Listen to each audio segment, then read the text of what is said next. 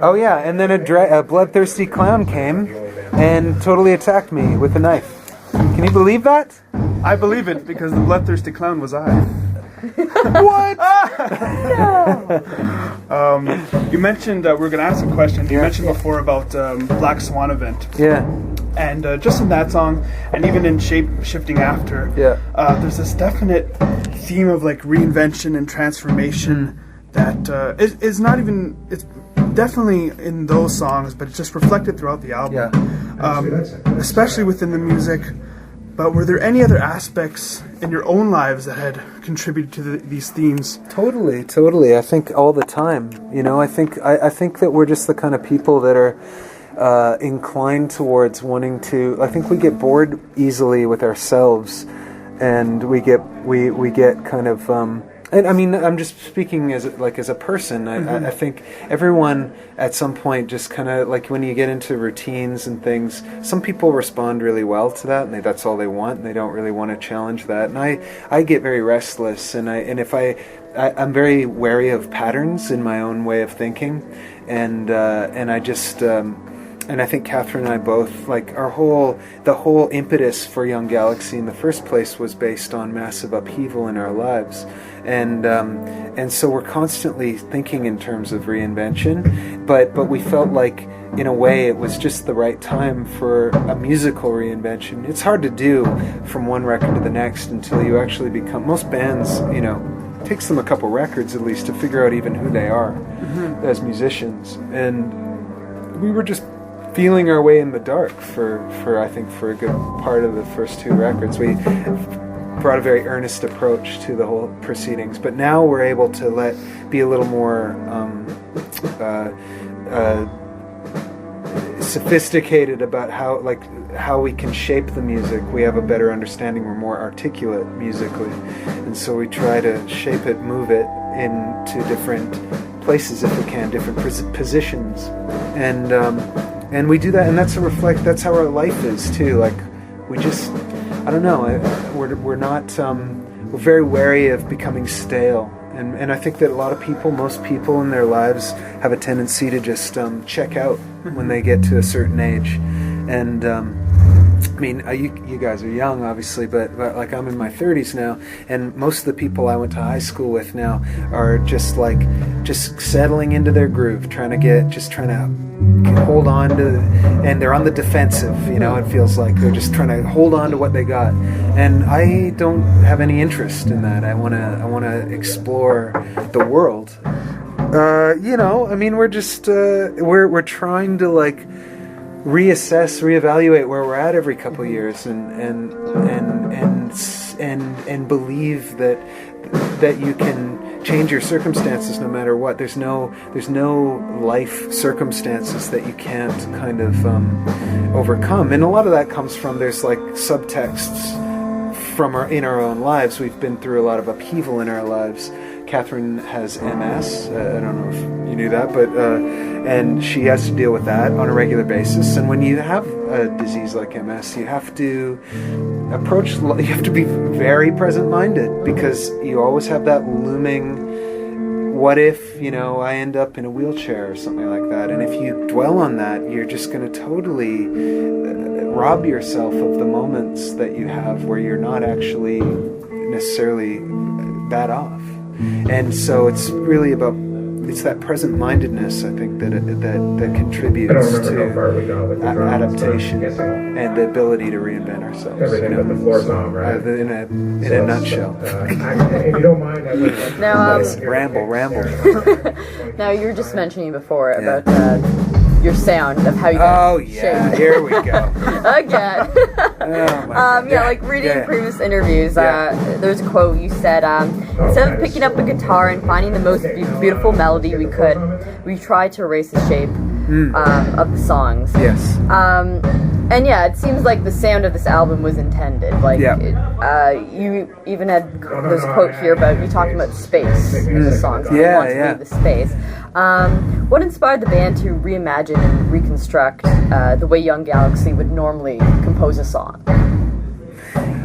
I think it was the again the recognition of patterns in the way we were operating as a band. After 2 records, we were kind of in a situation where we started to recognize what we were doing over and over again, the go-to kind of default settings musically, and we kept talking about like, oh man, these songs are so dense, and we keep throwing so much at them. What about pulling back from that and trying something where we're kind of more exposed and in terms of like the space being as important to the actual, you know, the melodies or whatever is going on musically, whatever you're playing. We've always had a tendency, we just assume you should always be playing, you know, when you're in a band. It's just like, I'm holding an instrument, I guess I better play it. But a lot of the best bands, in my opinion, have this incredible ability to recognize the use of space as like the most powerful tool in order to create dynamic or even emotional states. You know, there's those pregnant pauses are often extremely powerful in music, and we're just learning that in a way. It just took us a long time. I think because, particularly for me, I'm a self-taught musician, and I feel like my insecurities are always with me when I'm playing because I'm not like a shredding guy. So I always feel like I gotta be doing something in order to feel justified in holding an instrument. And I don't feel that way as much because I have some experience now. So I think that's really what it boiled down to, is just saying like, well, if you look at our body of work, it's like dense, filling space, and then we just said, so okay, let's try writing where it's like we do the drums and we do a bass part and maybe a keyboard line, and it's like, and normally where we would put something else in here, why don't we just not put something there and see what happens? And then that gave Dan in Sweden the ability to add or subtract or change. When you don't fill out the field of sound, there's just that much more room for changing what's already there, you know, for manipulating that for the benefit of the songs. So it's funny how you mentioned being a self-taught musician. Yeah. I was having a conversation with a friend. I play the drums, he plays the bass, and we're both self-taught. Yeah. And we're just discussing how, like, being self-taught, we kind of have a little bit of that freedom to kind of think of a different way of approaching something, totally. Like a different riff or a different beat. That's right. As opposed to just like, okay, you know what, I can fill I'm it with gonna this. do the technical thing. There's 2 ways in to I think being a good musician, and it's one or the other. I don't see there being a difference, and that's you come in from the technical side, or you come in from the side of just feeling your way, what feels right. And I don't really think there's a lot of in between there. I think some people have more proficiency when they first pick up an instrument, they just have the gift.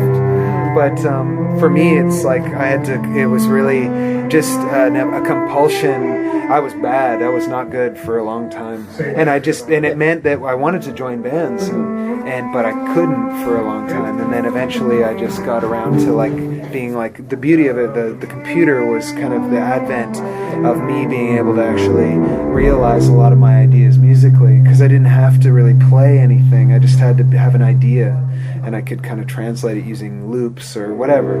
And that has given the self-taught musician, I think, a very valuable way of expressing themselves. So there's no, like back in the 60s or when the rock heyday, you had to be a crazy wizard player. You know, you couldn't half-ass it. It wasn't until punk came along when people were like, you will just play whatever, you know. Oh yeah. And like thrash. definitely with like if I take a band like Yes or something, everyone in that group was technical so to an technical, extreme. yeah. But if you have a band like Pink Floyd, like I would say half the members were really incredible at their instrument, like David Gilmour. That's right. Richard Wright, and then on the other hand you have Roger Waters, who was just a great songwriter, and Nick Basin, who was he was still on the drums. That's right. Yeah. Well, even Rick Wright was apparently he's like not very proficient. He's like kind of, as he put it himself, kind of a clawing type player, really, like two-fingery kind of guy. I always just found him to be just so magical. I think so too. But he had this incredible kind of dogged.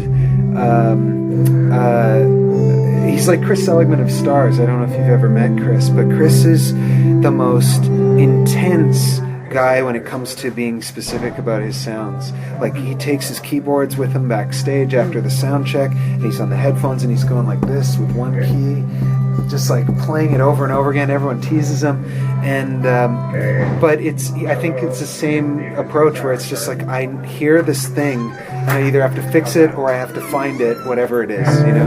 And yeah, I mean, again, though, I mean, if that's true, and 3/4 of Pink Floyd were not amazing musicians to begin with, at least, like, they totally, you know, they fly in the face of conventional wisdom, then, you know, which is great. I prefer that. I prefer the more reflexive kind of musical stuff. I'm not a... Oh, bonjour, Daddy. Well, relating back to you were talking before about we were talking about the producer Dan Lisvik. Daniel Lisvik. You guys collaborated with him. Are there any artists or musicians you're listening to right now that you'd love to, you know, collaborate with in the future for Young Galaxy? Yeah, I'm always.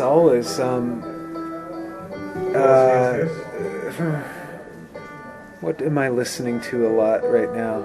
I mean, I know that like Catherine and I both have an affinity for Swedish music, and I think Karen Dreyer Anderson or Fever Ray or The Knife is a real kind of a person we think of as being one of the more sort of special talents right now, and I'd be great. I'd love to do something with her.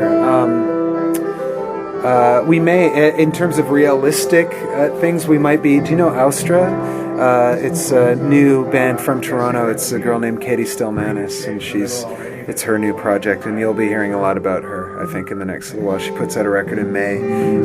She's on our label, and we're probably going to do maybe a 7-inch where we collaborate on it, and I think she's a very special talent.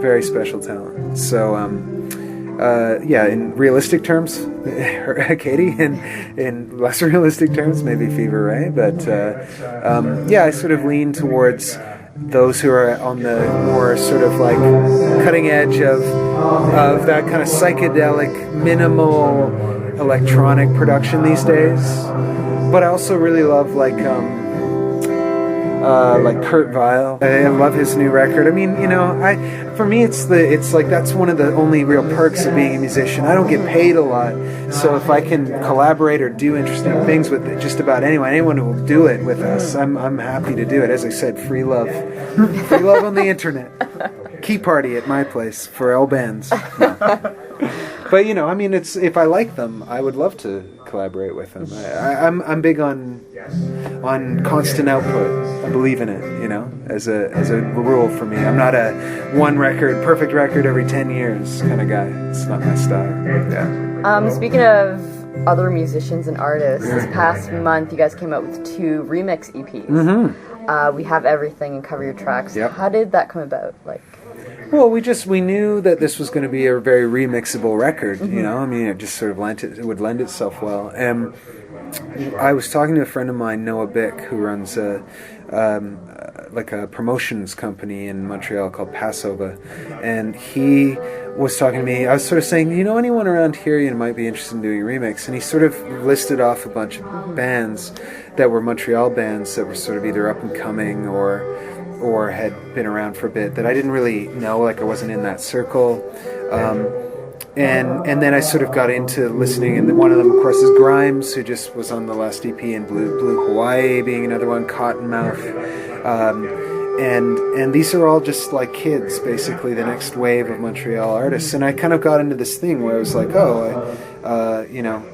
there's a nice little thread here where it's like, let's see what people locally are capable of doing, and perhaps it'll give them a chance to have a bigger stage, so people can hear the remix and kind of be like, oh, who are these guys, you know? And so it started locally, and then it kind of spread outwards, and it just became, again, someone would suggest somebody, and it'd just be like, well, let's hit them up and see where they're at, you know. A-Track turned us down. Too bad. At least he emailed. But you know, I'm more interested in a way, honestly. I mean, it's going to be great to have a really big time remix from somebody, but I'm interested in doing stuff with people who maybe aren't necessarily like at the biggest sort of peak creatively. That being said, you know, if like Fever Ray or Caribou or somebody wanted to do a remix, be like, yeah, okay, I think so, yeah. You know, but it's something I'm always sort of thinking about is like, who are there people out there that would be appropriate that maybe are not quite, you know, in the highest profile position, and that's, there's so much talent. It's crazy. It's kind of overwhelming. It's like it's too many bands, and they're all good. Especially in Montreal. Just in Montreal. So annoying. Can we expect any other remixes? Yeah, I'd like to do more. I think I'd like to see a remix EP for Peripheral Visionaries. Maybe another one like that. But we're doing an EP, like a new material in April, and then it should come out in the fall. So we might just kind of turn our attentions to the new material. So you're working on this with Daniel? Yeah. Oh, yeah. We're looking forward to it then. Yeah. Yeah. It's Dan. We have, as I said, Dan has become a very good friend, and we're collaborating. We're actually collaborating on songwriting for another artist named Hannah, who's sort of a Robin style singer from Sweden as well. So we're trying to keep the creative relationship going because it felt very rewarding to us. So yeah, I think we'll keep working together for a while. Amazing. And you guys are kicking off a tour with When It Loves. Yep. In the States. Hopefully Catherine doesn't give birth during it. You're probably going to have to deliver that baby. With my own hands, on stage. I offer you to the gods of rock and roll. The 10 people in the audience there's going a new person like to collaborate with. Yeah, totally. Triangle. It's a new stand effect too. Yeah, totally. Wow, yeah. Mic that up. One last question. Yeah, totally. I always ask this question. Describe your band's sound as a meal. Using a food, like some type of food or a drink. What do you think Catherine's craving right now? Right now? Shreddies. Really? That's her craving. Shreddies. Every day. She gets up before I do at like 8 in the morning. She goes, and I can hear the bowl clinking. Shreddies. We're a bowl of Shreddies. That's it. But that's an homage to my pregnant lady. That is beautiful. I have a friend whose girlfriend craves Big Macs without the meat. Interesting. She likes the sauce, the special sauce. Yeah. Pretty intense. Yeah. Thank you guys. Thanks so much. Andrika. Andrika, yeah. Thank you so much. Are you guys going to be at the show? Yes, we are. Of course. Yeah. Thank you.